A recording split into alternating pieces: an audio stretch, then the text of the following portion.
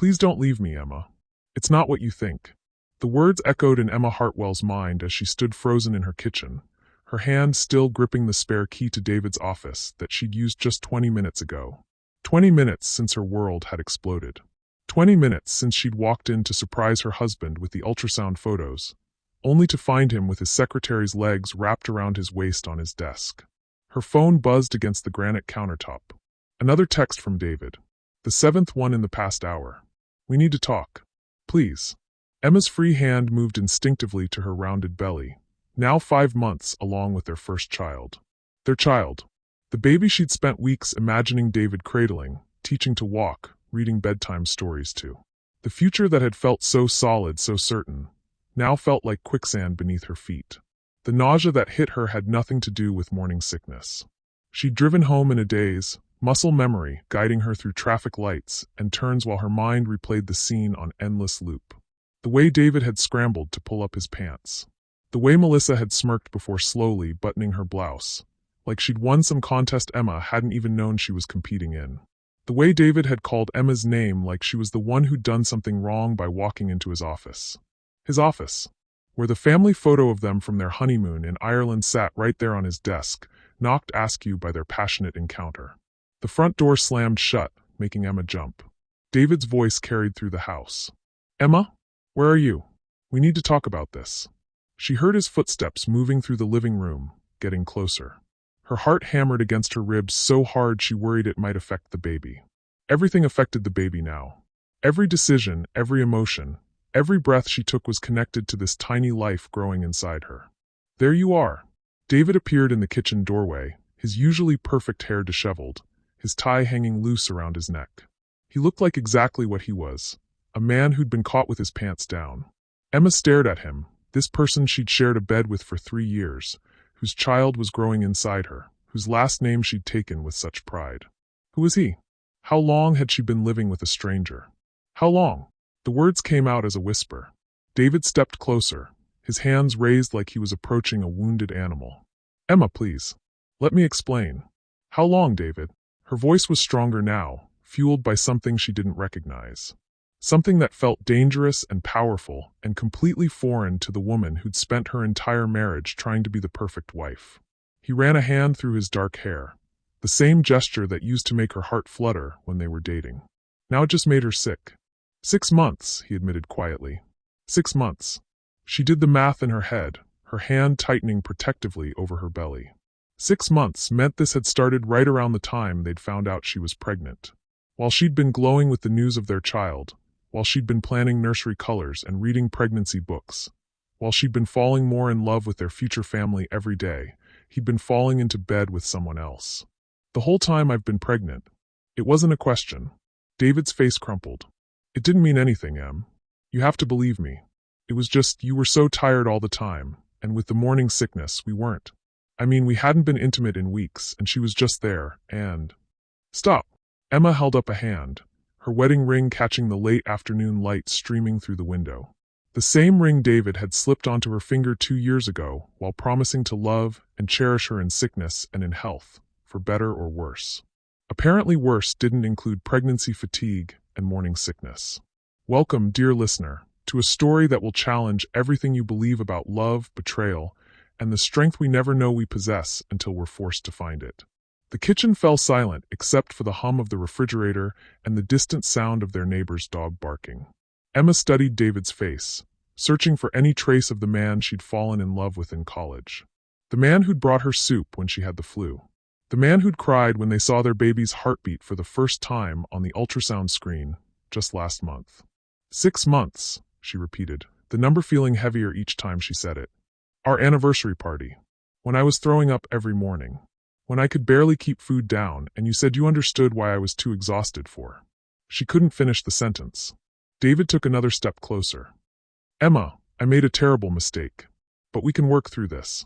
We're having a baby together. We're a family. A family. The word that had once filled her with warmth now felt like a cruel joke. How could they be a family when half of it had been living a lie? Her phone buzzed again. This time it wasn't David. It was her doctor's office, confirming her appointment for next week's ultrasound. The appointment where they'd planned to find out if they were having a boy or girl.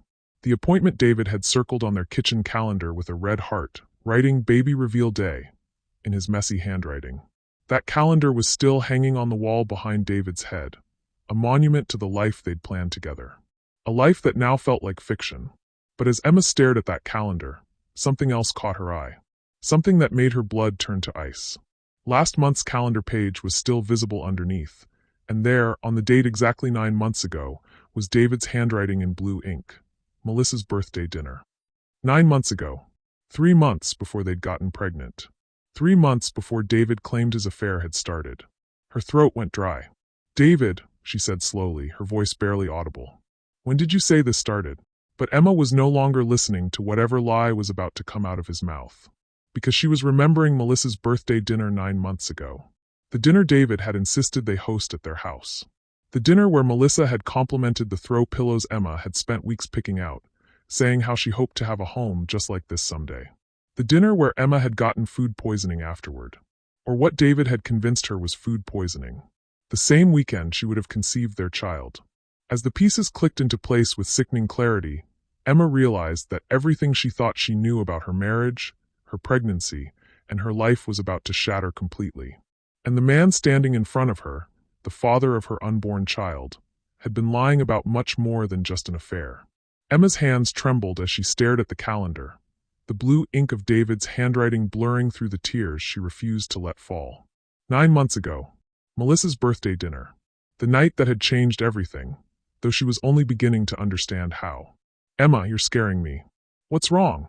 David's voice sounded different now, strained in a way that had nothing to do with getting caught with his secretary. She turned to face him, and for the first time in their relationship, she saw fear in his eyes. Real fear. Not the panic of a cheating husband caught in the act, but something deeper. Something that told her she was on the verge of uncovering a truth that would destroy more than just their marriage. "Tell me about Melissa's birthday dinner," she said quietly. David's face went white. "What about it?" Emma had always been the trusting type. Growing up as the youngest of 3 daughters in a small Iowa town, she'd learned early that keeping the peace meant assuming the best in people. Her mother, a soft-spoken woman who'd endured her father's gambling addiction with quiet dignity, had taught Emma that a good wife supported her husband through thick and thin. That love meant forgiveness. That families stayed together no matter what. When she'd met David during her junior year at Iowa State, she'd thought she'd found her happily ever after. He was everything her father wasn't: stable, ambitious, responsible. David Cameron was pre-med, from a wealthy family in Chicago, and he'd chosen her. Plain Emma Hartwell from Riverside, Iowa, whose biggest accomplishment was making the dean's list and working 2 jobs to pay for school. David had made her feel special. Chosen. Worth something. Now, standing in the kitchen of the house they'd bought together, carrying his child, she wondered if she'd ever really known him at all. "I got sick that night," Emma said, her voice steadier than she felt. "You said it was food poisoning." "It was food poisoning." "Was it?" She moved closer to the calendar, running her finger over the date. "Because I just realized something interesting. I never get food poisoning, David. In 5 years together, I've never gotten sick from food. I have an iron stomach." You used to joke about it. "Remember? You said I could eat gas station sushi and be fine." David's jaw tightened. "Sometimes these things happen. But they don't happen to me." Emma's mind was working faster now, pieces of that night coming back to her with startling clarity. "I remember feeling dizzy during dinner. Dizzy before we even ate the main course. And you were so attentive, kept refilling my wine glass. You're being paranoid." "Am I?" Emma pulled out her phone and scrolled to her sister's number. Sarah had always been the suspicious one in the family, the one who'd questioned David's motives from the beginning. The one who'd asked uncomfortable questions about why a doctor-to-be would want to marry someone so far beneath his social class. Emma had always defended David against Sarah's concerns.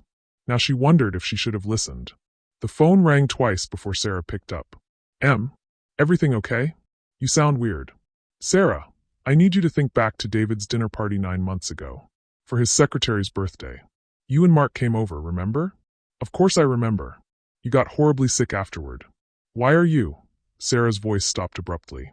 "Emma, where are you right now?" "I'm at home. David's here. Get out of there. Now." The urgency in her sister's voice made Emma's blood run cold. "What? Why?" "Because I've been waiting 2 years for you to ask me about that night." Sarah's voice dropped to a whisper. Mark and I have been trying to figure out how to tell you without sounding crazy. But Emma, you didn't get food poisoning that night. David lunged for the phone, but Emma stepped back, her free hand protecting her belly. Sarah, what are you talking about? You were drugged, Em. Mark saw David slip something into your wine. We thought maybe it was just an anniversary surprise or something romantic, but when you got sick, and then when you turned up pregnant a few weeks later. Sarah's voice broke. Emma, we think he drugged you to get you pregnant. The kitchen tilted around Emma. She gripped the counter to stay upright, David's voice becoming a distant buzzing as he demanded she hang up the phone. That's impossible, Emma whispered, but even as she said it, she knew it wasn't. David had been pressuring her to start a family for months before that dinner. She'd wanted to wait until he finished his residency, until they were more financially stable, until she felt ready. But David had grown increasingly insistent, saying they weren't getting any younger, that his mother was dying to become a grandmother. His mother, Catherine Cameron, who'd never liked Emma, who'd made it clear from day one that her son was too good for a small-town girl with no connections and no money. Catherine, who'd been pushing for grandchildren since the day they'd gotten engaged. Emma, listen to me, Sarah continued, her voice urgent. Mark took pictures that night of David putting something in your drink. We've been holding on to them, trying to decide what to do. We didn't want to destroy your marriage over what might have been a misunderstanding, but... You have pictures? Emma's voice came out as a croak. We have pictures. David made another grab for the phone, and this time Emma let him take it. But not before she heard Sarah say, I'm coming over. Don't let him leave. David ended the call and immediately started dialing, presumably to delete something or call someone who could help him manage this crisis. But Emma was no longer focused on him. She was remembering the wine that had tasted slightly off, the way David had insisted she finish her glass, the dizziness that had come on so suddenly, the violent sickness afterward, the way David had been so solicitous, so caring, bringing her water and holding her hair back while she threw up. She'd thought it was love. It had been calculation. You drugged me, she said, the words feeling surreal as they left her mouth. David stopped dialing and looked at her with an expression she'd never seen before. Cold. Calculating. Like a mask had finally slipped. You wanted a baby eventually, he said quietly. I just helped speed up the timeline. The casual way he said it, like he'd done her a favor, like he'd surprised her with flowers instead of violating her in the most fundamental way possible, made something break inside Emma's chest. You raped me. The word hung in the air between them, ugly and undeniable. You drugged me and you raped me to get me pregnant. Don't be dramatic. We're married. That doesn't give you the right to, Emma's voice broke. How could you do this to me? How could you do this to our baby? Our baby is exactly why I did it. David pocketed his phone and moved toward her again. Emma, you were never going to agree to start a family on your own. You had 1,000 excuses. School, money, timing. You would have kept putting it off forever. Because I wasn't ready. Because you're scared of everything. David's composure cracked. You're scared of taking risks, scared of changing your life, scared of being anything more than a small-town girl playing house. I gave you the push you needed. You took away my choice. I gave you a gift. David's voice turned pleading again. Look at how happy you've been these past 5 months.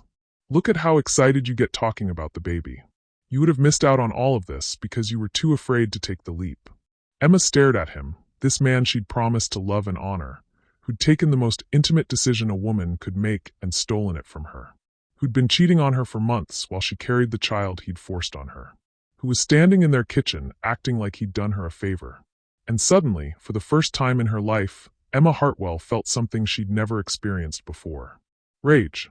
Pure, clean, powerful rage that burned away the fear and confusion and left something else in its place.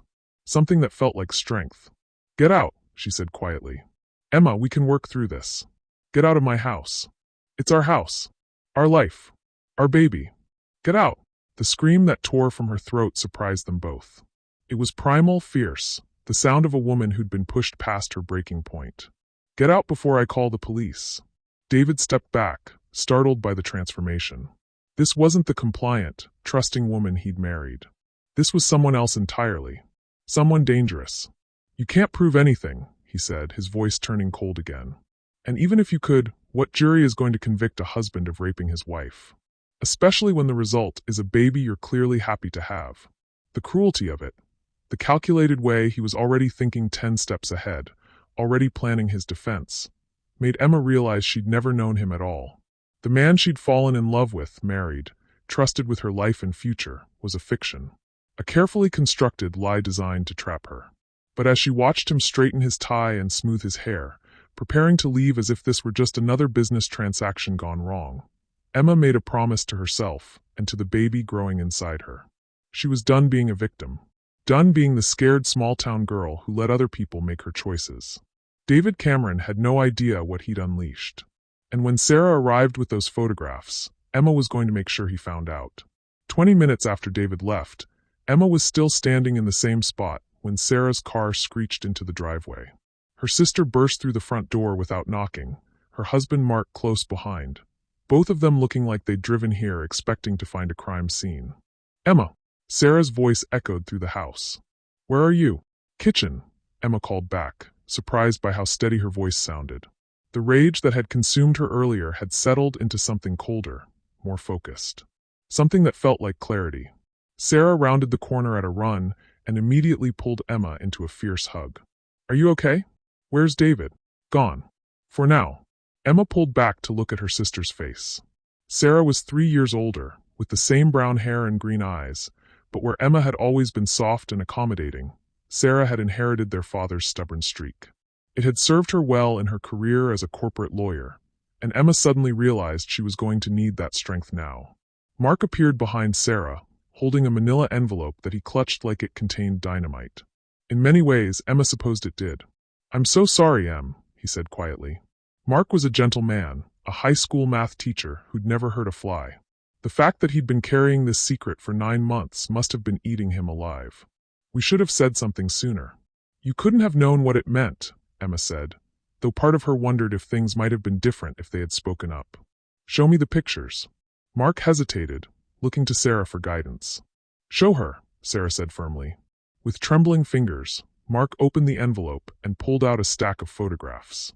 The first few were normal party shots, Emma laughing with guests, David playing host, Melissa in a red dress that Emma now realized was completely inappropriate for a casual dinner party. Then Mark flipped to the sequence that changed everything. The photos were taken from across the room, probably with Mark's phone when no one was looking.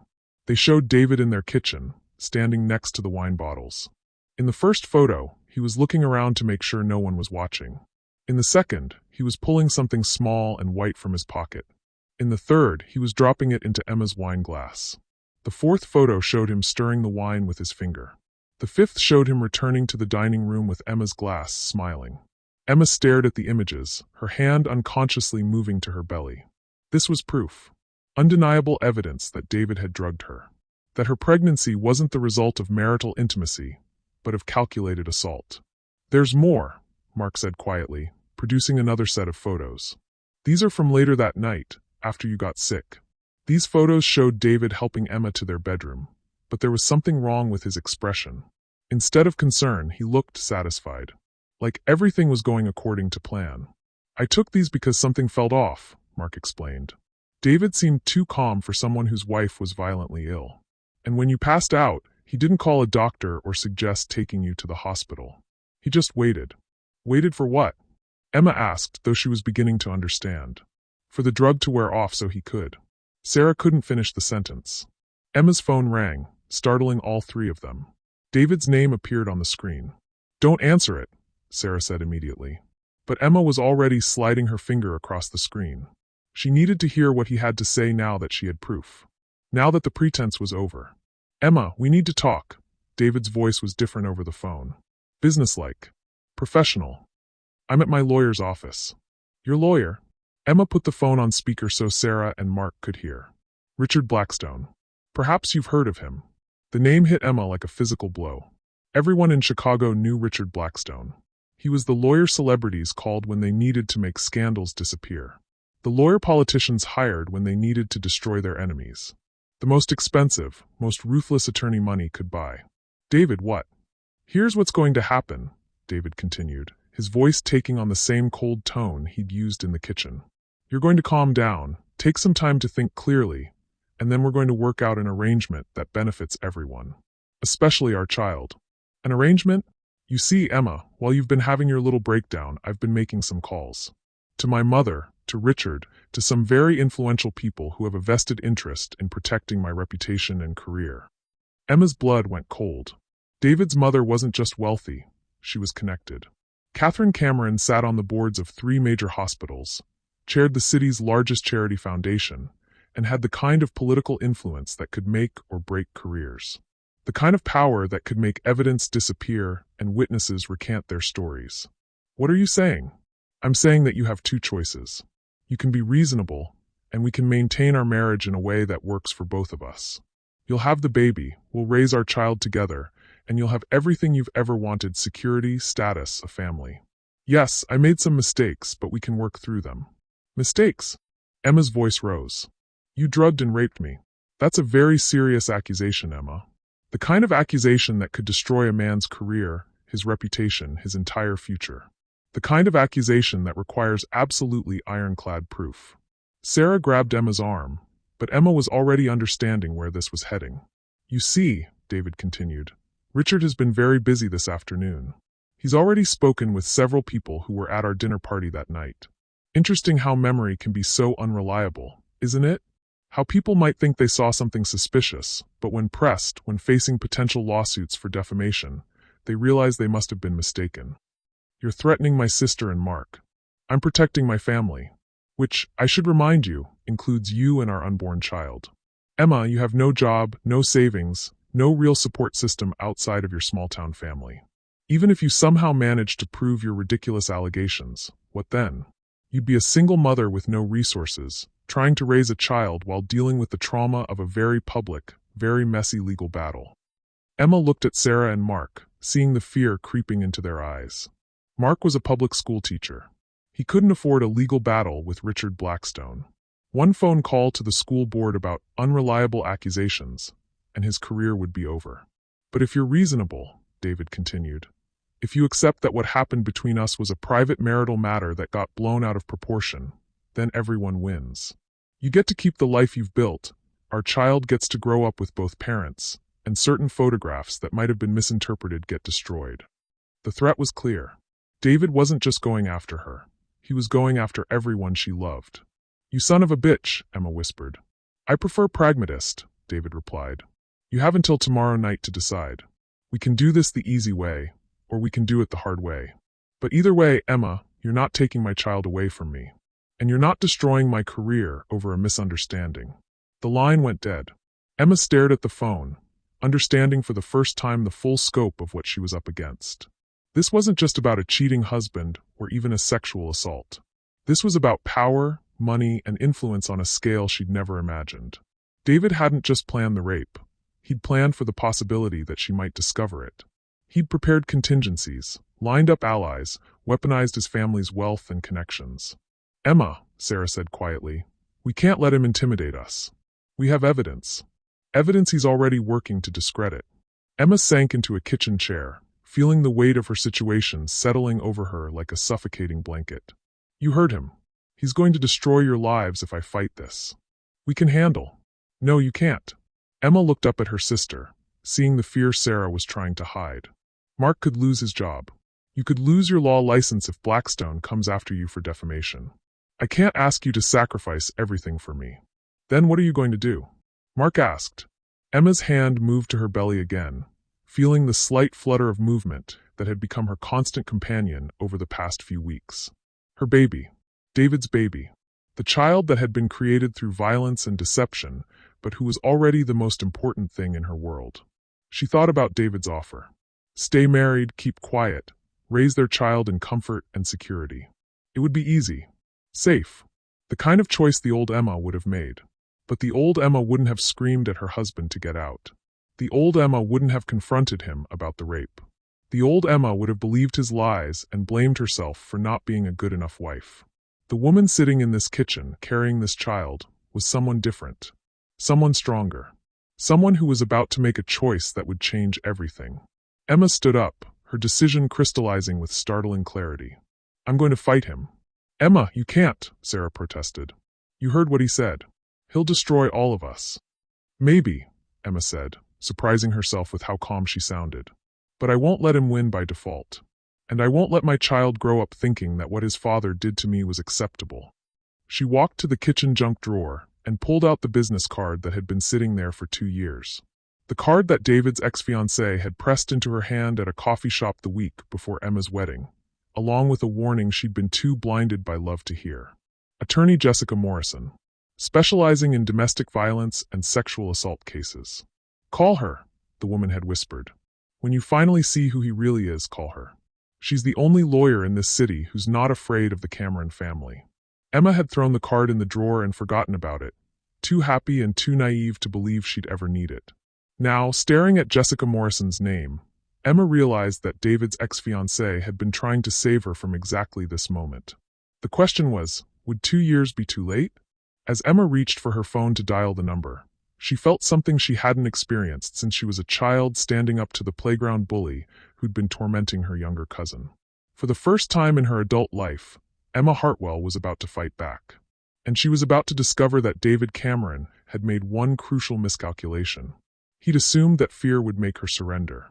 Instead, it was about to make her dangerous. Jessica Morrison's law office was nothing like the marble and mahogany fortress where Richard Blackstone practiced. Located in a converted brownstone on the south side of Chicago, it felt more like a sanctuary than a battlefield. The waiting room had soft lighting, comfortable chairs, and photographs of women and children, survivors, Emma realized, not victims. Emma sat across from Jessica's desk, still processing the conversation they'd just had. Jessica Morrison was not what she'd expected. Tall and athletic, with short auburn hair and intelligent hazel eyes, she carried herself with the quiet confidence of someone who'd spent years fighting battles most people were afraid to even acknowledge. "I've been waiting for this call for 2 years, Jessica said, closing the file folder that contained Emma's statement. "Ever since I heard David was getting married again." Again, Emma's voice caught. "You said David's ex-fiancée gave me your card, but you make it sound like there were others." Jessica's expression darkened. "Emma, what I'm about to tell you is going to be difficult to hear. But you need to understand what we're up against." She pulled out another, much thicker file. "David Cameron has a pattern. You're the third woman who's come to me with similar stories, though you're the first with actual evidence." Emma's blood went cold. 3 women. The first was Alicia Brennan. She was David's college girlfriend at Northwestern. She came to see me 4 years ago, claiming David had drugged and assaulted her when she tried to break up with him. No evidence, no witnesses, and by the time she found the courage to report it, David's family had already buried the story. Jessica flipped to another section of the file. The second was Rebecca Martinez, David's fiancée before you. She broke off their engagement 3 weeks before the wedding. Officially, it was called Mutual Differences. Unofficially, she caught David in bed with his nurse, and when she confronted him, Jessica paused. He showed her photographs. What kind of photographs? Intimate photographs of Rebecca that she didn't remember posing for. Pictures that could only have been taken while she was unconscious. David told her that if she didn't go through with the wedding quietly, those photos would end up online and sent to her family, her employer, everyone she knew. Emma felt sick. So he's been doing this for years. The drug-facilitated assault seems to be his signature move for control, but the blackmail and manipulation started much earlier. Jessica leaned forward. "Emma, I think David specifically targets women like you.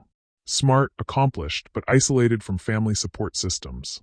Women who've been conditioned to avoid conflict and put others' needs before their own." The accuracy of that assessment hit Emma like a physical blow. Growing up as the youngest daughter of an alcoholic father and an enabling mother, she'd learned early that keeping the peace was more important than advocating for herself. David had seen that vulnerability and exploited it from day one. "There's something else," Jessica continued.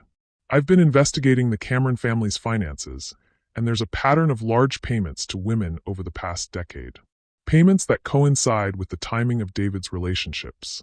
I think you're not just dealing with a serial rapist, Emma. I think you're dealing with a family that's been covering up his crimes for years." Emma's phone buzzed with a text message. Then another. Then her phone started ringing. "Don't answer it," Jessica said quickly, recognizing the look of panic on Emma's face. But Emma was already looking at the screen. Melissa's name appeared on the caller ID. "It's not David. It's his secretary, the woman he's been sleeping with." Jessica frowned. "That's unusual. Why would she be calling you directly?" Against Jessica's advice, Emma answered the call. Emma. Melissa's voice was shaky, desperate. I need to see you. Tonight. It's about David. I have nothing to say to you. Please just listen. I know you found out about us, and I know you think I'm just some homewrecker, but there's something you need to know about David. Something that changes everything. Emma looked at Jessica, who was already shaking her head. It's a trap, Jessica mouthed. But something in Melissa's voice stopped Emma from hanging up. Fear. The same fear Emma had been living with for the past 24 hours. What are you talking about? I can't talk about it over the phone. Can you meet me at Riverside Park? The pavilion by the lake? In an hour? Melissa, I'm not. Emma, I'm pregnant too. The words hit Emma like a freight train. Jessica's eyes widened as she overheard the conversation. What did you say? I'm pregnant. With David's baby. And when I told him this morning, Melissa's voice broke. He gave me the same drink he gave you 9 months ago. But I saw him do it. I pretended to drink it, and then I ran. Emma's hand tightened on the phone. You're lying. I have proof. Photos of the drug he uses. Recordings of our conversations where he talks about his other girlfriends. Emma, you're not his only victim, and you're not going to be his last. He's planning to do to me what he did to you, and there are others. Women at the hospital where he does his residency. Women he's already targeting. Jessica was furiously scribbling notes and shaking her head, but Emma found herself believing Melissa's words. The fear in the woman's voice was too real to fake. Why should I trust you? Because right now, I'm the only person who can help you prove what David really is. And because if we don't stop him, he's going to keep destroying women until someone finds the courage to fight back. Emma looked at Jessica, who was holding up a piece of paper that read, Don't go alone. I'll meet you, Emma said. But I'm bringing my lawyer. Fine. Just come quickly. I think David knows I took the photos, and I'm scared of what he'll do if he finds me. The line went dead. Jessica immediately started packing her briefcase. This is either the break we've been praying for, or we're walking into an ambush. Which do you think it is? Both, Jessica said grimly. But we can't afford not to find out. As they prepared to leave, Emma's phone rang again. This time it was David. Don't answer it, Jessica warned, but Emma was already hitting the accept button. She needed to hear his voice, to gauge how much he knew about Melissa's defection. Emma, darling. David's voice was honey smooth, but Emma could hear the tension underneath. I hope you've had time to reconsider my offer. I'm still thinking. That's good, because I'd hate for you to make a decision you'd regret. Especially now, when you have so much to lose. The threat in his words was clear, but there was something else. Desperation. David was trying to sound in control, but Emma was beginning to recognize the signs of a man whose carefully constructed world was starting to crumble. What do you mean? Well, for instance, I'd hate for anything to happen to that lovely sister of yours. Sarah works so hard at her law firm. It would be terrible if her partners discovered she'd been involved in fabricating evidence against a respected physician.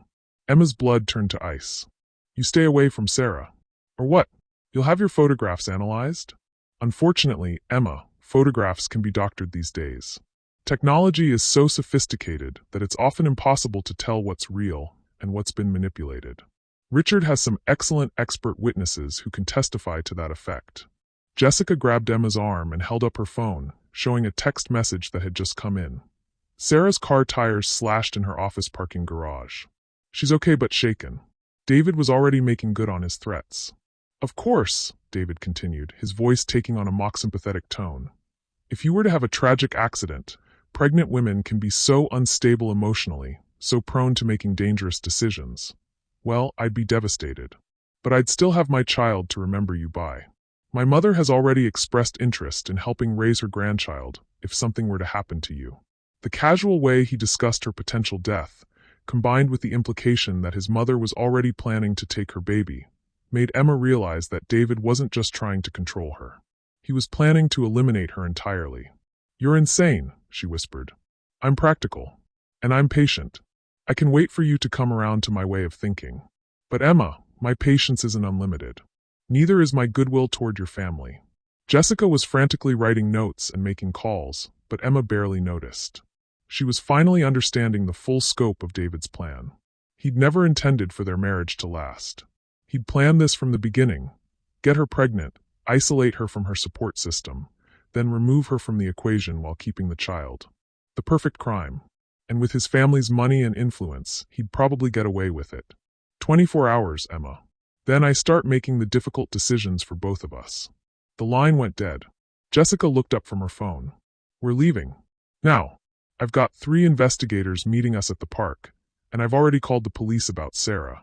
This isn't just about getting justice anymore, Emma. This is about keeping you alive. As they rushed toward Jessica's car, Emma felt her baby move inside her. A strong kick that reminded her what she was fighting for.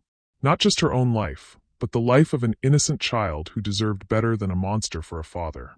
But as they drove toward what could be either salvation or a trap, Emma couldn't shake the feeling that David was always one step ahead. That even now, he was watching, planning, preparing to destroy everything she was trying to build. The war for her life and her child's future was just beginning. And she was starting to realize that surviving it might require her to become someone she'd never imagined she could be. Someone capable of fighting, just as dirty as David Cameron. The question was, when the time came, would she have the strength to do what was necessary? Or would her conscience be the weapon David used to destroy her? Riverside Park at dusk felt like a scene from a horror movie. The pavilion by the lake sat empty except for a lone figure hunched on a bench, backlit by the dying sun. As Emma and Jessica approached, flanked by 2 plainclothes investigators Jessica had called in favors to secure, Melissa looked up with eyes that were red from crying. But it wasn't the tears that stopped Emma cold. It was the bruises. Melissa's left cheek was swollen, her lips split, and angry purple fingerprints wrapped around her throat like a necklace. She clutched a manila envelope to her chest like a shield. Jesus, Jessica breathed. What happened to you? David found out I called Emma, Melissa said, her voice hoarse. He came to my apartment an hour ago. Emma's protective instincts kicked in despite everything. We need to get you to a hospital. No hospitals. Melissa shook her head frantically.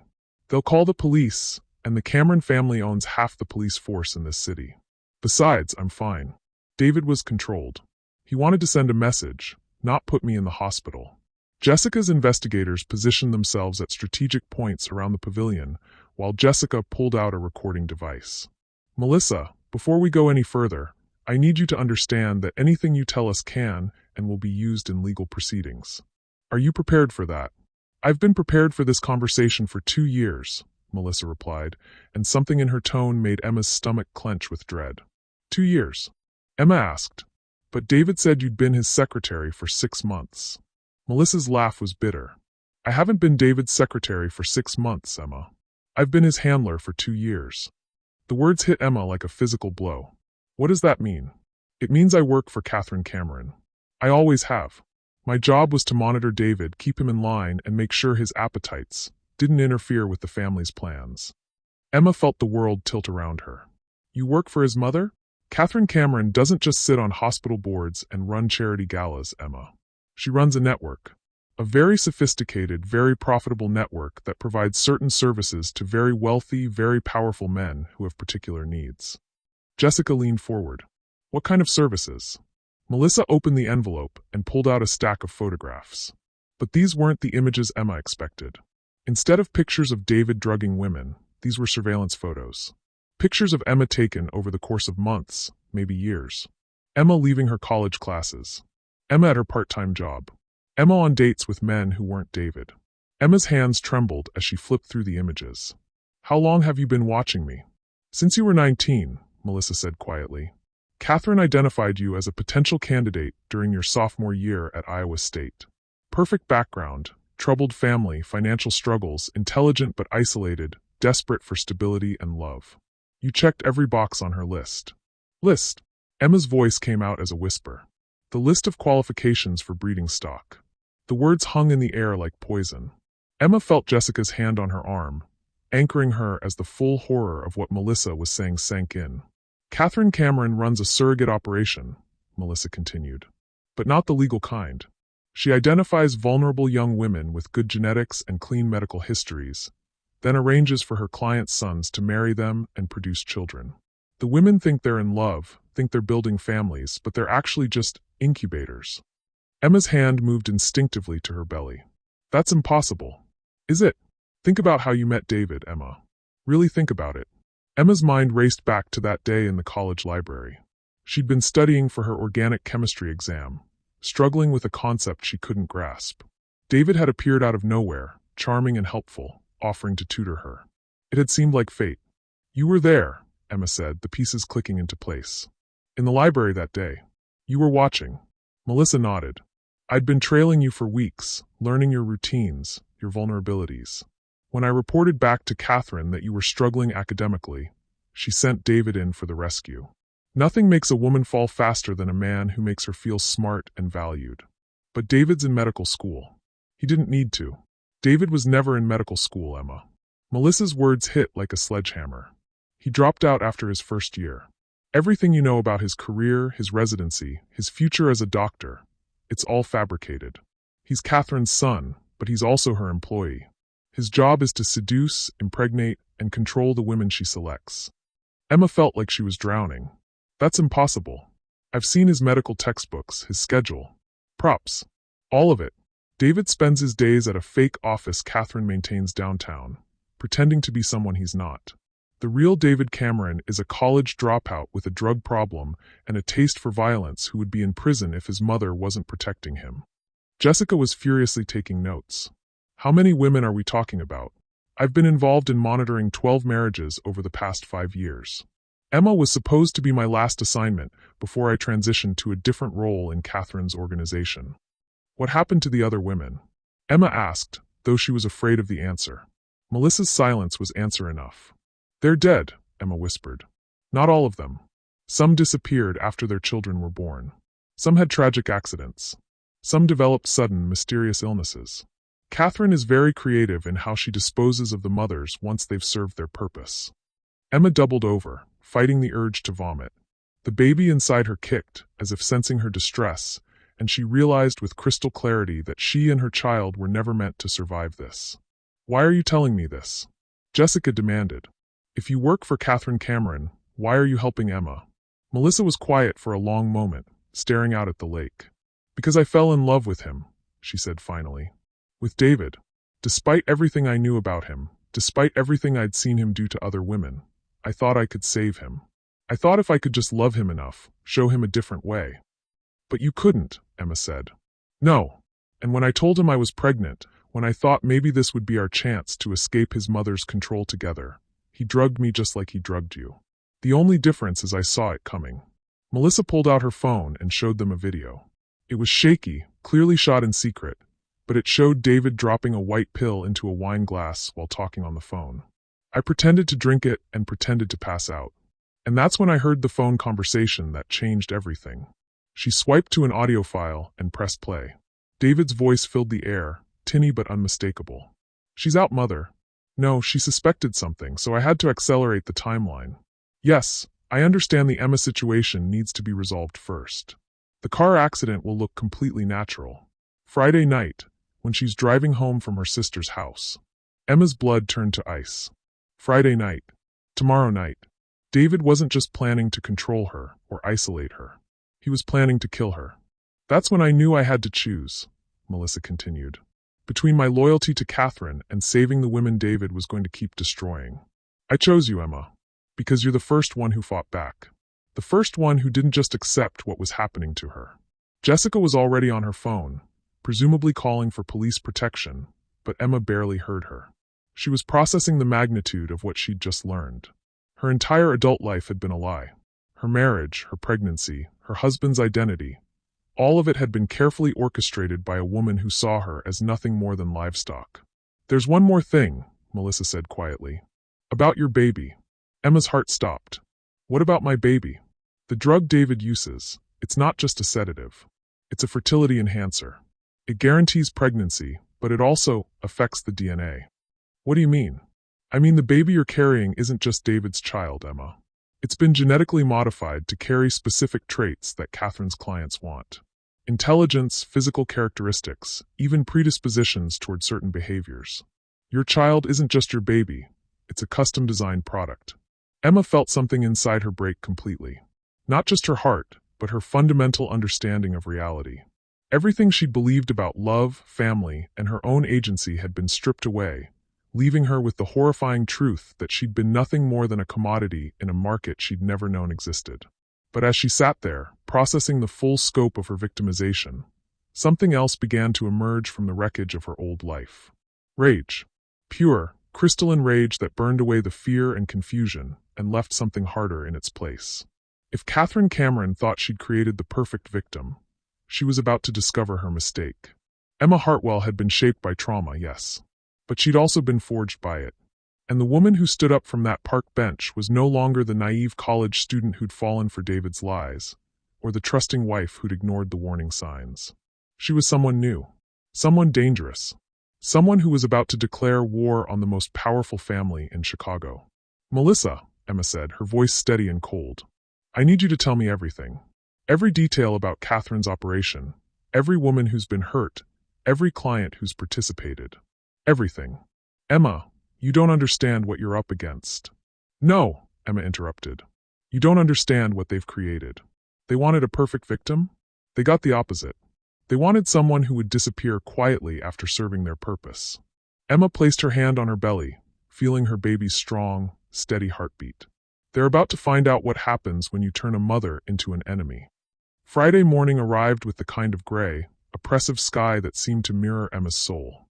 She sat in Jessica's office, surrounded by files, photographs, and legal documents that painted a picture of corruption so vast and systematic that it felt like trying to fight gravity itself. Melissa hadn't been exaggerating. Catherine Cameron's operation was a multi-generational business that stretched back decades and reached into every level of Chicago society. Judges, police commissioners, hospital administrators, fertility clinic directors, all of them either clients, enablers, or conspirators in what could only be described as a human trafficking ring disguised as high society matchmaking. "Look at this," Jessica said, spreading out a series of financial records across her desk. "Catherine's been making payments to the families of women who died tragically after giving birth. Always exactly 18 months after the children were born. Always through shell companies that trace back to her charitable foundation." Emma stared at the numbers, each payment representing a life destroyed, a family silenced. "How many?" "That I can prove. 43 women over the past 15 years. 43. Emma felt sick. 43 women who'd believed they'd found love, who'd carried children they thought would bind their families together, who'd died never knowing they'd been marked for elimination from the moment they said, "I do." And the children? Raised by the Fathers' families, or in some cases, adopted by Catherine's clients. Children with enhanced genetics, raised in wealthy households, groomed from birth to continue the cycle. Emma's phone buzzed with a text message. Then another. Then it started ringing insistently. "Don't answer it," Jessica warned, but Emma was already looking at the screen. It wasn't David this time. It was her mother. "Mom." Emma's voice cracked as she answered. She hadn't spoken to her parents since this nightmare began, partly to protect them and partly because she couldn't bear to explain what her life had become. "Emma, honey?" Her mother's voice was shaky, frightened. "There are men here. At the house. They say they're from some law firm in Chicago, and they're asking questions about you and David." Emma's blood turned to ice. "What kind of questions?" "About your mental health, sweetheart. About whether you've been acting strangely, making wild accusations. They're saying David is concerned about you and the baby, that you might be having some kind of breakdown." "Mom, listen to me very carefully. Don't tell them anything. Don't sign anything. Get Dad and get out of the house right now." "Emma, you're scaring me. What's going on?" "Just please do what I'm asking. Go to Sarah's house, or to a hotel, anywhere but home. I'll explain everything later." "But the men said." "Whatever they said, it's a lie. Mom, please. Trust me." Jessica was already on her phone, speaking rapidly to someone about protective custody and witness tampering. But Emma could see the defeat in her lawyer's eyes. Catherine Cameron was moving too fast, hitting too many targets at once. "Okay, honey," her mother said finally. "We'll go to your aunt's house in Iowa City. But Emma, these men, they seem very official. Very convincing. They're supposed to. I love you, Mom. Keep your phone on, and don't talk to anyone else until you hear from me." Emma hung up and immediately dialed Sarah's number. It went straight to voicemail. "Sarah's not answering," Emma said, panic creeping into her voice. Jessica looked up from her own call. "Neither is Mark. And the investigators I had watching your sister's house reported that she never came home last night." The room seemed to shrink around Emma. "What are you saying?" "I'm saying Catherine Cameron is eliminating your support system piece by piece. And we need to assume that anyone you care about is now a target. Emma's phone rang again. This time it was David, and when she saw his name on the screen, something inside her snapped. "Where is my sister?" she demanded as soon as she answered. "Emma, darling." David's voice was sickeningly sweet. "You sound upset. Where is she?" "Sarah is safe. For now. She and Mark are my guests at a private facility where they're receiving excellent care while they recover from their recent emotional trauma. If you hurt them, I would never hurt your family, Emma. I love you. That's why I'm doing everything I can to help you through this difficult time." Emma could hear the smile in his voice, the casual cruelty of someone who held all the cards and knew it. "You see," David continued, "my mother has been very patient with your little rebellion. But patience has its limits. Tonight is the deadline we discussed, and you have a choice to make." "What choice?" "You can come home. We can work through your postpartum depression together, as a family. You'll get the help you need. Our child will be born into a stable, loving environment, and your sister and brother-in-law will be released unharmed. Or you continue down this destructive path, and everyone you love pays the price for your instability. Sarah and Mark will disappear permanently. Your parents will be arrested on tax evasion charges that Richard Blackstone is already preparing. And you'll have a tragic car accident on your way to their funeral." The casual way he laid out the destruction of her entire family made Emma realize she was dealing with someone who had moved beyond ordinary human cruelty into something monstrous. "You're insane," she whispered. "I'm practical, and I'm offering you a deal that benefits everyone. Come home, Emma. Be the wife and mother you were meant to be. Live the life my mother so carefully planned for you." "What about Melissa?" David's laugh was cold. "Melissa served her purpose. She brought you the information you needed to understand the futility of resistance. Consider her a final gift from my mother. Proof that even when you know the truth, you still can't win." The line went dead.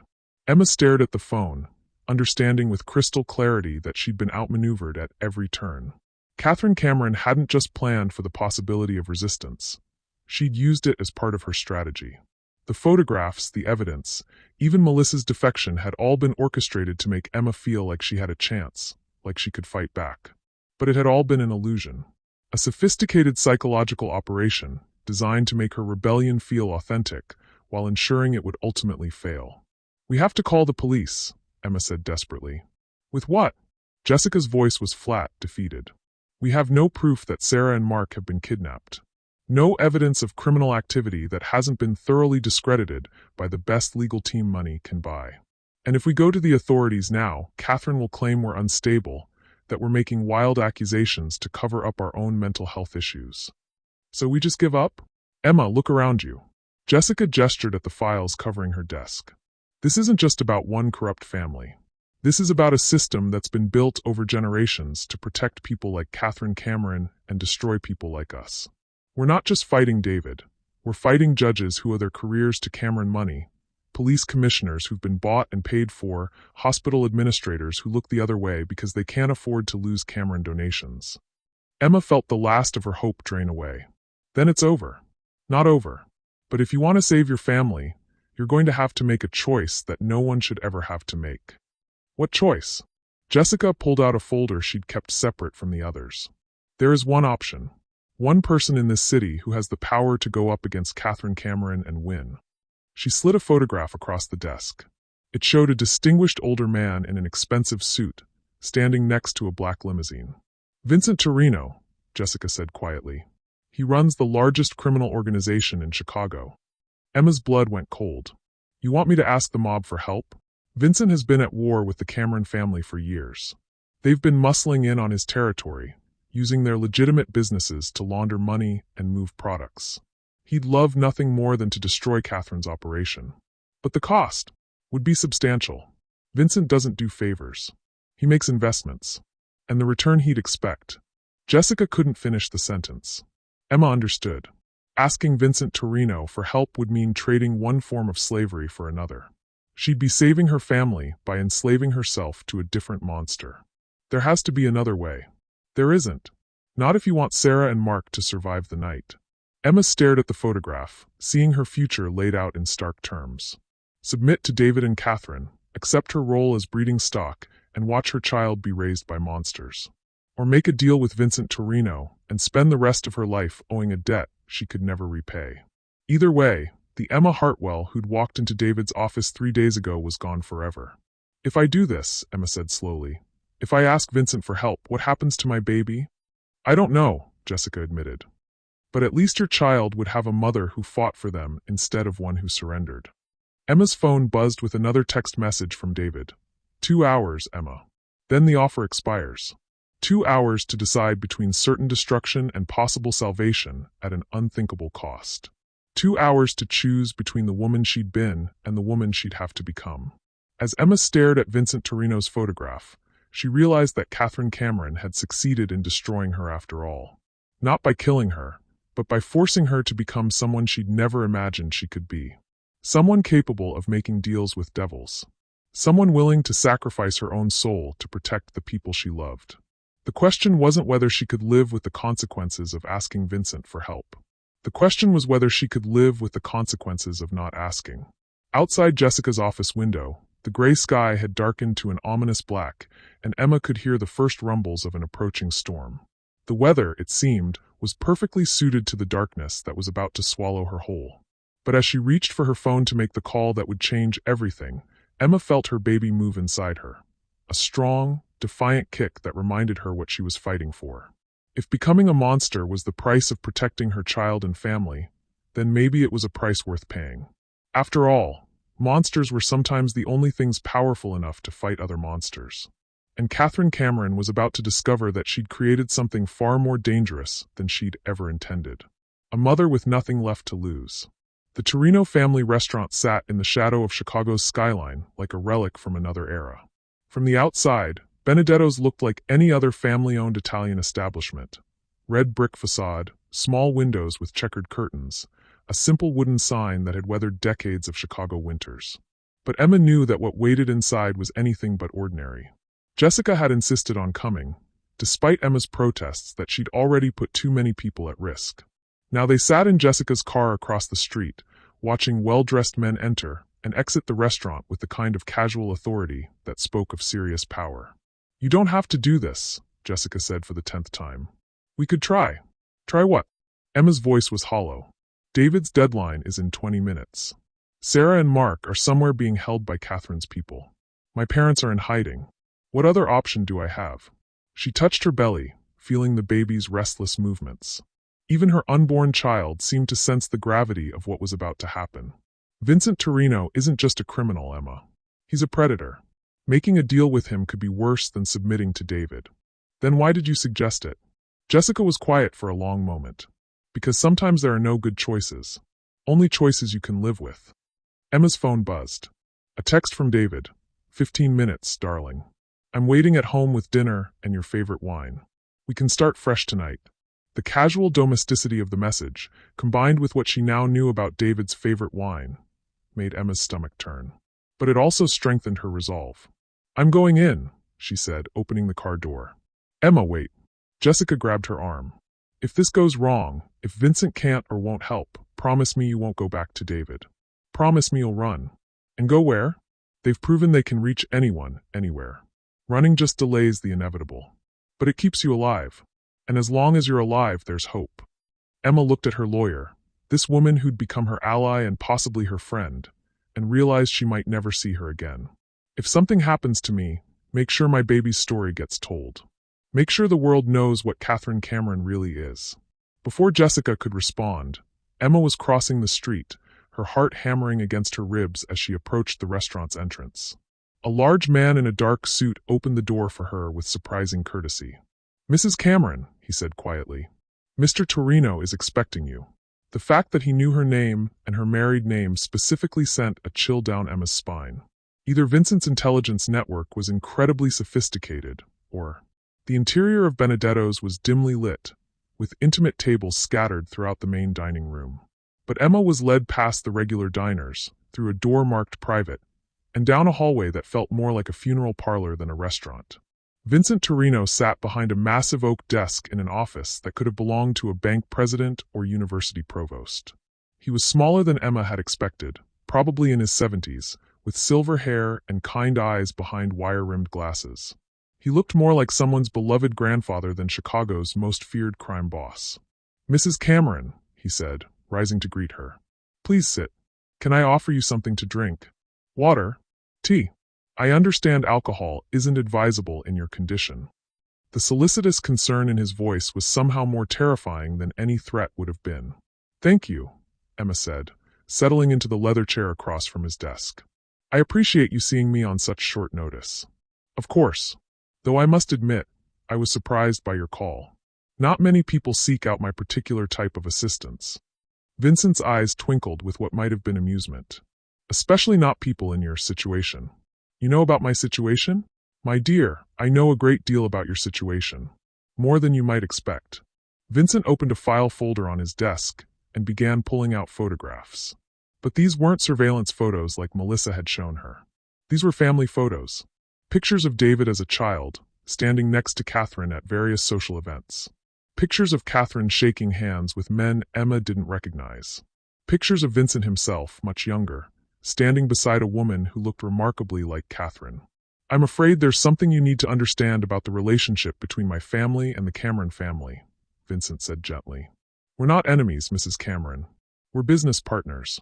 Emma's blood turned to ice. "What?"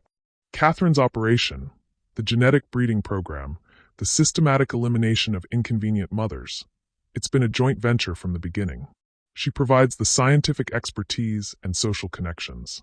I provide the infrastructure, the disposal services, the witness management." The room seemed to spin around Emma. "You're saying you've been helping her murder women?" "I prefer to think of it as providing essential services to a growing industry." Vincent's grandfatherly demeanor never wavered. "There's enormous demand among my clients for children with specific genetic traits. Athletes who want children guaranteed to be physically gifted. Intellectuals who want to ensure their offspring will be academically superior.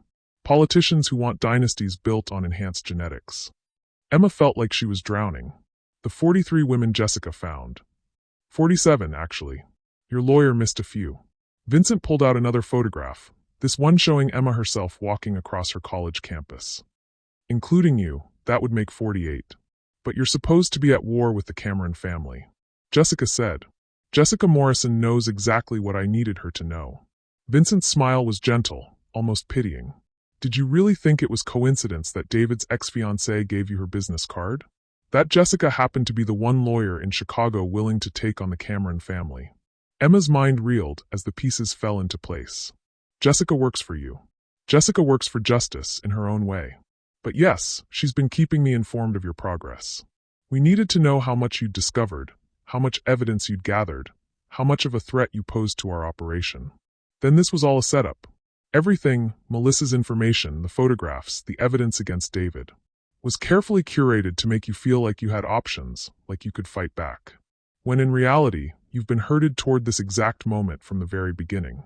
Vincent stood and walked around his desk, his movements slow and deliberate. "You see, Emma, the Cameron breeding program works best when the mothers believe they have agency. When they think they're making choices, fighting for their families, being strong and independent. It makes for better genetics, healthier pregnancies, superior offspring. You're insane. I'm practical. And I'm very, very good at what I do."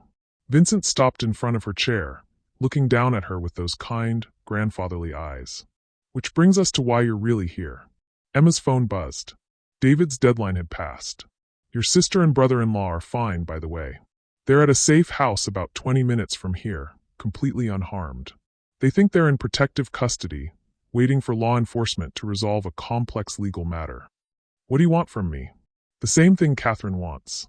The same thing David wants. The same thing you want deep down." Vincent returned to his chair. "For you to accept your role in this process and stop fighting the inevitable. And if I refuse? Then Sarah and Mark will have an unfortunate accident on their way home from protective custody. Your parents will be arrested on charges that will destroy their retirement and their reputation. Jessica Morrison will have her law license revoked for fabricating evidence and manipulating vulnerable clients." Vincent opened another folder. "And you will discover that David wasn't lying about having a tragic car accident. It's amazing how many pregnant women lose control of their vehicles on dark, rainy nights."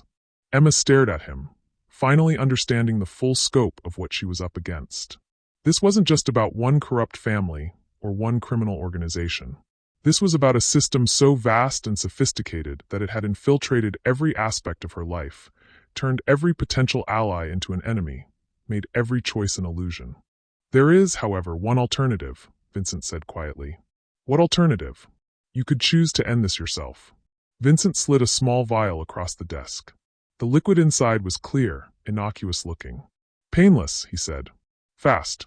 Your death would be ruled a suicide brought on by postpartum depression and false accusations against your devoted husband. David would be seen as a grieving widower. Your family would be left alone, and your child. What about my child? Would be delivered via emergency cesarean and raised by the Cameron family. A tragic story with a hopeful ending. New life emerging from devastating loss. Emma stared at the vial, understanding that this was the choice Vincent and Catherine had always intended for her to make. Not murder that would raise questions, but suicide that would eliminate all inconvenient problems while generating sympathy for David and his family. You have until tomorrow morning to decide, Vincent said. Take the vial with you. Think about it. Consider what's best for everyone involved. Emma picked up the vial with trembling fingers. And if I don't, then tomorrow night, you'll have a car accident that kills you and possibly your child.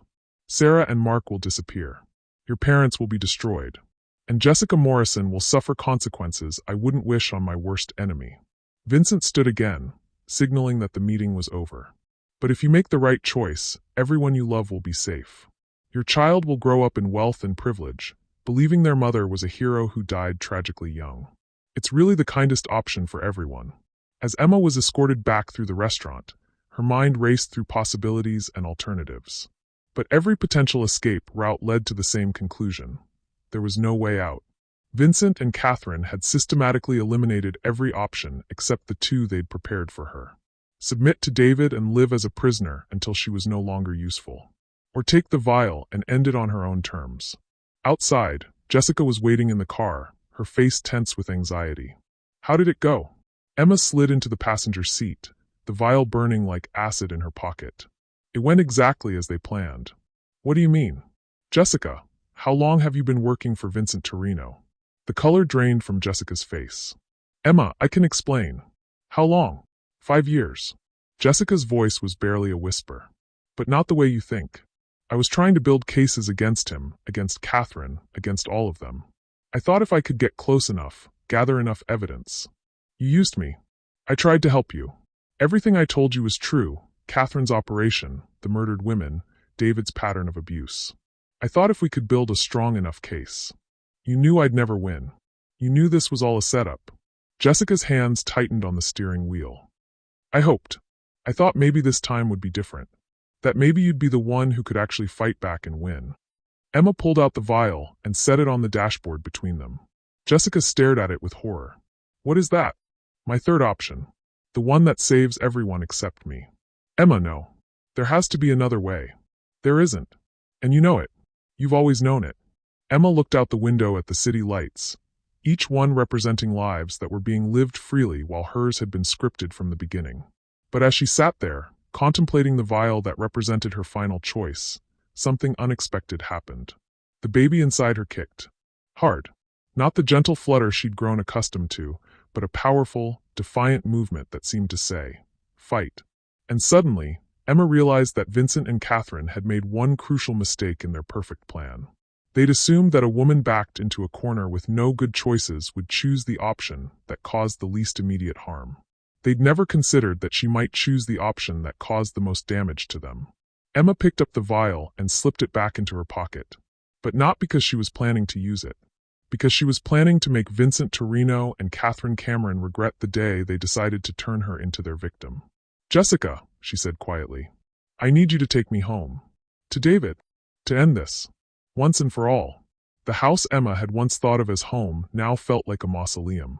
Every piece of furniture, every carefully chosen decoration, every photo from their honeymoon trip to Ireland.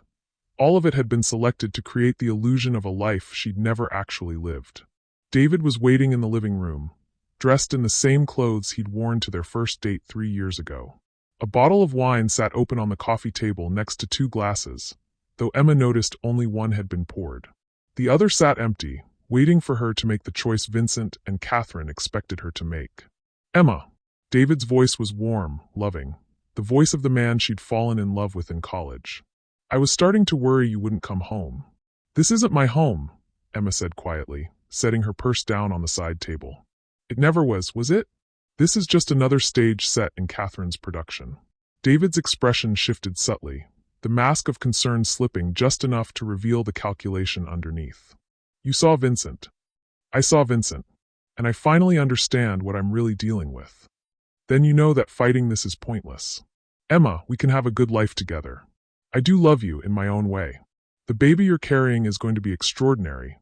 Enhanced intelligence, perfect health, genetic advantages that most children could never dream of having. Emma moved closer to the couch, her hand unconsciously moving to her belly. Extraordinary for whom? For you? For Catherine? For Vincent's clients who are paying for designer children. For everyone. Think about what we're creating, Emma. A generation of children who are stronger, smarter, healthier than any humans in history. We're not just making families, we're evolving the species. The zealous gleam in David's eyes reminded Emma that this wasn't just about money or power for him. He genuinely believed in what he was doing, which somehow made it even more terrifying. And the mothers who die in the process? The women who get eliminated once they've served their purpose? What about them? Necessary casualties in service of something greater. David's voice hardened. Evolution has always required sacrifice, Emma. We're just making sure it happens intelligently instead of randomly. Emma sat down across from him, close enough to reach the wine glasses. What if I told you that you're wrong? That everything you think you know about this baby, about me, about your perfect breeding program is based on a fundamental mistake? David frowned. What do you mean? Emma reached into her pocket and pulled out her phone, setting it on the table between them. The screen showed a recording app that had been running since she'd entered the house. I mean that Catherine's genetic testing missed something crucial about my family history. Something that's about to make this entire operation backfire in a way none of you could have anticipated.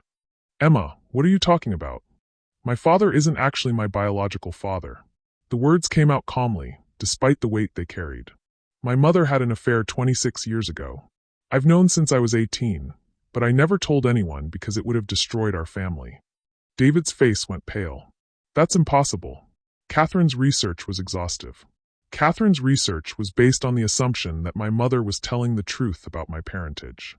But my real father... Emma paused, letting the moment build. My real father is Vincent Torino's youngest son. Marco Torino.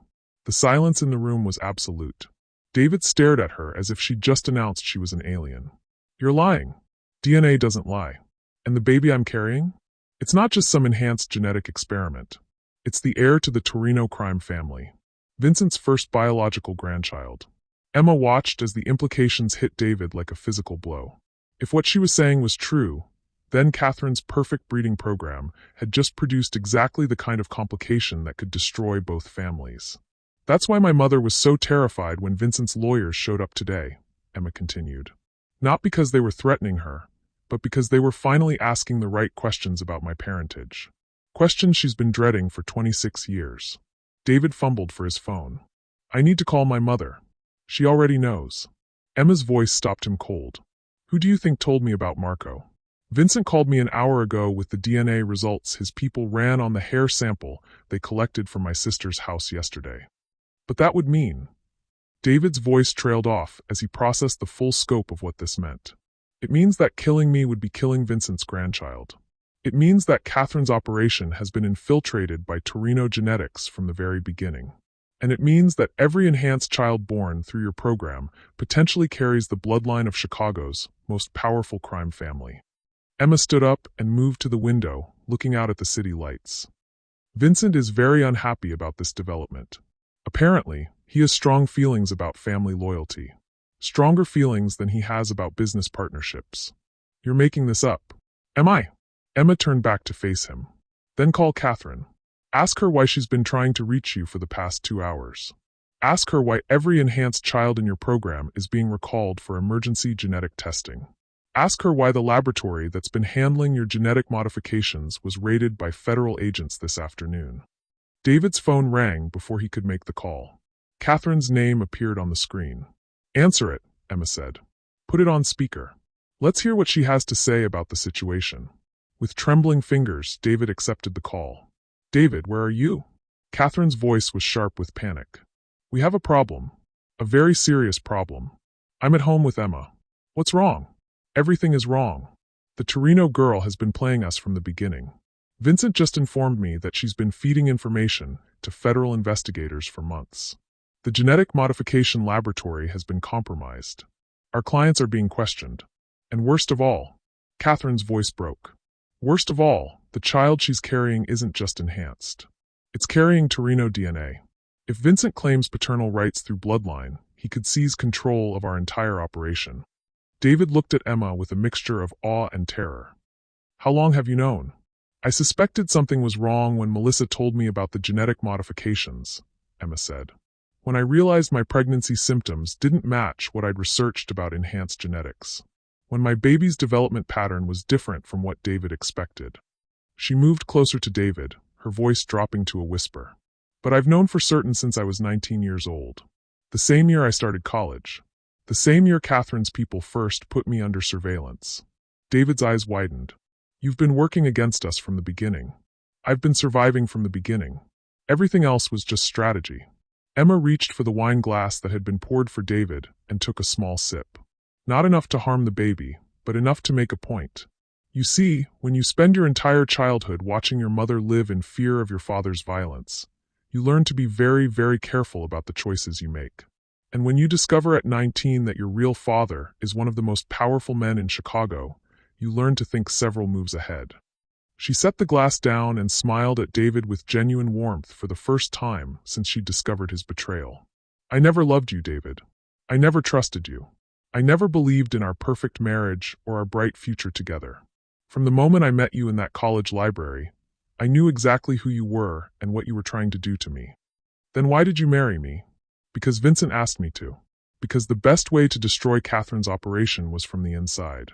Because the federal investigators needed someone with access to your files, your communications, your genetic research.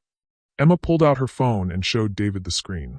Instead of a recording app, it displayed a text message thread with dozens of federal agents and prosecutors.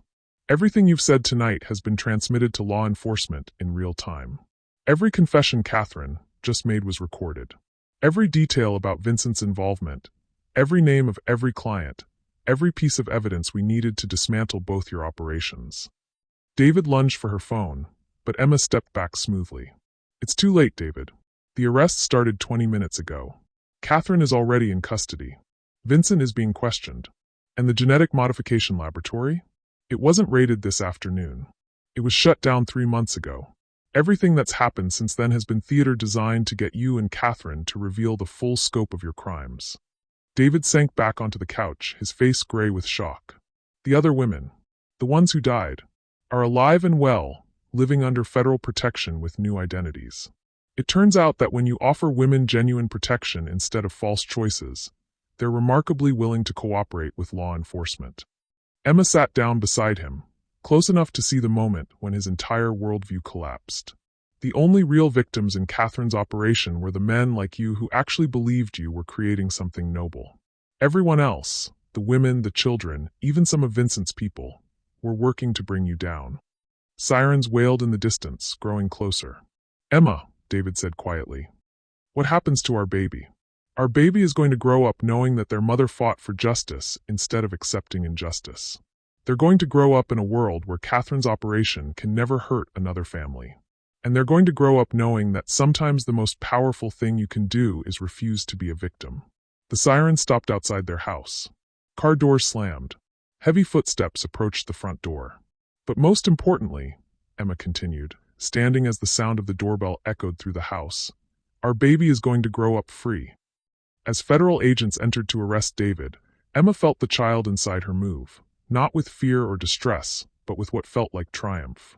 This baby would never know the fear Emma had lived with her entire life.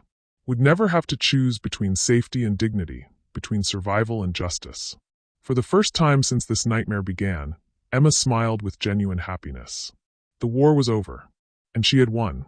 6 months later, Emma stood in the nursery of her new apartment, watching the morning sunlight stream through windows that she'd chosen herself, in a home that belonged entirely to her. The walls were painted a soft yellow, gender-neutral, hopeful, nothing like the designer nursery David had planned in their old house. She placed her hand on her rounded belly, now 8.5 months along. The baby inside her stirred gently, as if responding to her touch. No enhanced genetics, no designer modifications, just a healthy child who would grow up knowing they were wanted and loved for exactly who they were. The doorbell rang, and Emma smiled as she heard Sarah's voice calling out. "Emma, we brought lunch." Emma made her way slowly to the living room, where Sarah and Mark were unpacking takeout containers on the coffee table they'd helped her pick out last month. Both of them had needed months of therapy to process their experience in what they'd believed was witness protection. But their relationship had emerged stronger than ever. "How are you feeling?" Sarah asked, immediately moving to help Emma settle into her favorite chair. "Like I'm about to explode," Emma laughed. "Dr. Martinez says any day now." The new obstetrician was everything David had pretended to be. Genuinely caring, respectful of Emma's choices, committed to her health and well-being rather than some hidden agenda. Emma's pregnancy had progressed normally once she'd escaped the stress of her marriage, and all tests confirmed what she'd known in her heart. This was a completely healthy, unmodified child. Mark handed her a plate of pasta from their favorite Italian restaurant, not Benedetto's, which had been permanently shuttered after Vincent's arrest. "Any word from the prosecution about the trial dates?" "David and Catherine both accepted plea deals last week," Emma said. "David will serve 12 years for sexual assault, kidnapping, and conspiracy. Catherine got 25 for running the trafficking operation." Sarah sat down across from her. "And Vincent?" Emma's expression grew more complex. "Vincent is cooperating fully with federal investigators. His sentence will depend on how much information he provides about other operations." What Emma didn't say was that Vincent had also been reaching out through intermediaries, expressing a desire to meet his grandchild and make amends for his role in the nightmare Emma had endured. She wasn't ready for that conversation yet, but she also wasn't ruling it out entirely. People could change, and Vincent's cooperation had been instrumental in dismantling similar operations across the country. "What about the other women?" Mark asked. "The ones from Catherine's program?" "Most of them are doing well. The Federal Witness Protection Program has given them new identities and support to rebuild their lives. Some are going back to school, some are starting careers they'd always dreamed of, some are reconnecting with families they'd been isolated from." Emma paused, thinking about the support group she'd been attending. 47 women who'd survived Catherine's program, each with their own story of manipulation and ultimate survival. They'd become a family of sorts, bound together by shared trauma but committed to moving forward. And the children? That's more complicated. Some of the genetic modifications were harmless. Enhanced intelligence, improved immune systems. Those children are staying with their protective families and receiving ongoing medical monitoring. But some of the modifications were dangerous, experimental. Those children are receiving specialized treatment to reverse the effects where possible. Emma's phone buzzed with a text message from Jessica Morrison, who had indeed been working with federal investigators, but had genuinely tried to protect Emma throughout the process. Jessica had become not just her lawyer, but one of her closest friends. "Court just confirmed. All of Catherine's assets are being liquidated to create a victim compensation fund. You're going to be very comfortable, Em." Emma smiled and showed the message to Sarah and Mark. The financial compensation wouldn't undo the trauma, but it would give her the freedom to raise her child without worrying about basic security. More importantly, it would allow her to pursue the degree in social work she'd always dreamed of, to help other women escape situations like the one she'd survived. "I have something to tell you both," Emma said, setting down her phone. "I've been accepted to the graduate social work program at Northwestern. I start in the fall, after the baby's old enough for daycare." Sarah's face lit up. "Emma, that's wonderful. What kind of social work do you want to do?" "Domestic violence intervention. Specifically, helping women recognize the early signs of systematic abuse and manipulation. I want to create educational programs that teach people to identify predators like David before they become victims." It felt right, using her experience to protect others. Catherine's operation had been vast, but it hadn't been unique. There were other predators, other systems of exploitation that needed to be exposed and dismantled. "Have you chosen a name for the baby yet?" Mark asked. Emma nodded, her hand moving to her belly again. "Hope. Hope Isabella Hartwell." She'd legally changed her name back to Hartwell as soon as David's arrest made it possible. Hope would grow up with Emma's family name, not David's tainted legacy. Hope, Sarah repeated softly. I love it. As if responding to the sound of her name, the baby kicked forcefully enough to make Emma gasp. I think she likes it too. They spent the afternoon together, talking about everything and nothing, planning for Hope's arrival and Emma's new beginning. As the sun began to set, Sarah and Mark prepared to leave. Are you sure you don't want to stay with us until the baby comes? Sarah asked for the 100th time. I'm sure. I need to do this on my own, to prove to myself that I can. After they left, Emma stood at her kitchen window, looking out at the city lights. Almost exactly 9 months ago, she'd stood in a different kitchen, holding a spare key to David's office, about to discover a truth that would shatter her world. That woman felt like a stranger now. The frightened, trusting wife who'd been so desperate to please, so afraid of conflict, so willing to accept whatever explanation would preserve her illusion of happiness. Emma had learned that sometimes the things that break you are the same things that make you stronger. The trauma that had nearly destroyed her had also revealed reserves of strength and cunning she'd never known she possessed. Her phone rang, interrupting her thoughts. The caller ID showed a number she didn't recognize. Emma Hartwell speaking. Emma, it's Marco Torino. Emma's breath caught. Marco, her biological father, Vincent's son, the man whose existence had made her elaborate deception possible. They'd spoken briefly during the federal investigation, but this was the first time he'd called her directly. Marco, how are you? I'm good. Clean and sober for 8 months now, thanks to the wake-up call this whole situation provided. Marco's voice was warm, tentative. I was wondering if we could meet. When you're ready. I know I don't have any right to call myself your father, but I'd like the chance to know you. And maybe to be a grandfather to Hope, if you'll let me. Emma considered the request. Marco had been just 17 when her mother had gotten pregnant, a troubled kid rebelling against his father's criminal legacy. He'd never known Emma existed until Vincent's investigation revealed the truth. Unlike his father, Marco had spent years trying to escape the Torino family business, working as a counselor for at-risk youth. I'd like that, Emma said finally. But slowly. After Hope is born, when we're both ready. Of course. Emma, I want you to know how proud I am of what you did. The courage it took to take down that operation, to protect all those women. You're stronger than anyone in our family has ever been. After they hung up, Emma felt a complex mixture of emotions. She was building a new family from the pieces of her old life. Sarah and Mark, Jessica, the women from the support group, and now possibly Marco. People who chose to love and support each other rather than being bound by obligation or manipulation. A sharp pain in her abdomen made Emma catch her breath. Then another. She checked the time and started timing the contractions, realizing with a mixture of excitement and terror that Hope was ready to make her entrance into the world. As Emma gathered her hospital bag and called her doctor, she thought about the journey that had brought her to this moment. 9 months ago, she'd been a victim, powerless and afraid. Tonight, she was about to become a mother, bringing new life into a world she'd helped make safer. Hope Isabella Hartwell would grow up knowing her mother was a fighter. She'd grow up understanding that love wasn't about control or possession, but about respect and choice. She'd grow up free from the fears that had shaped Emma's early life. Most importantly, she'd grow up knowing that even when the world seems designed to destroy you, you always have the power to write your own ending. As Emma drove herself to the hospital, independent to the last, she felt hope move inside her one final time before birth. Not a kick of distress, but a gentle touch that felt like reassurance. We're going to be okay, the movement seemed to say. We're going to be more than okay. We're going to be free. 12 hours later, Emma held her daughter for the first time, looking into dark eyes that held all the promise of a life that would be entirely Hope's own to live. No one would ever choose Hope's path for her, manipulate her into compliance, or use her as a means to an end. Hello, beautiful girl, Emma whispered. Welcome to your life. Your real life.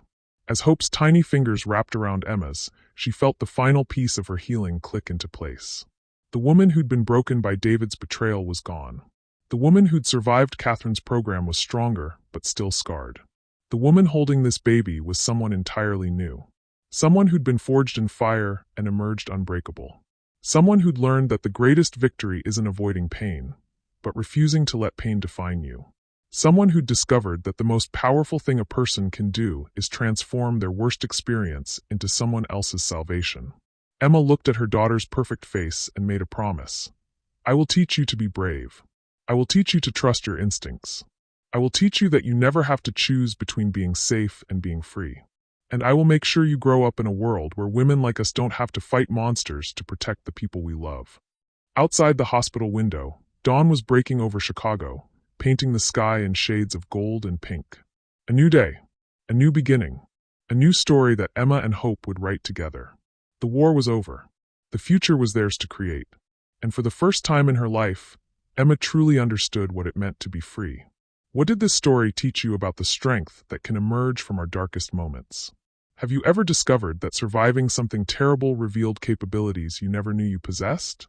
Share your thoughts in the comments below about the power we all have to transform our pain into purpose, our survival into strength. Every story of overcoming abuse, manipulation, or betrayal has the power to save someone else who's still trapped in their nightmare. Your voice matters. Your survival matters. Your refusal to stay broken matters. Subscribe for more stories that explore the incredible resilience of the human spirit. And remember, no matter how powerless you feel today, you have within you the strength to write a different ending. Because sometimes the people who are broken open are the only ones strong enough to let the light in. And that light can change everything.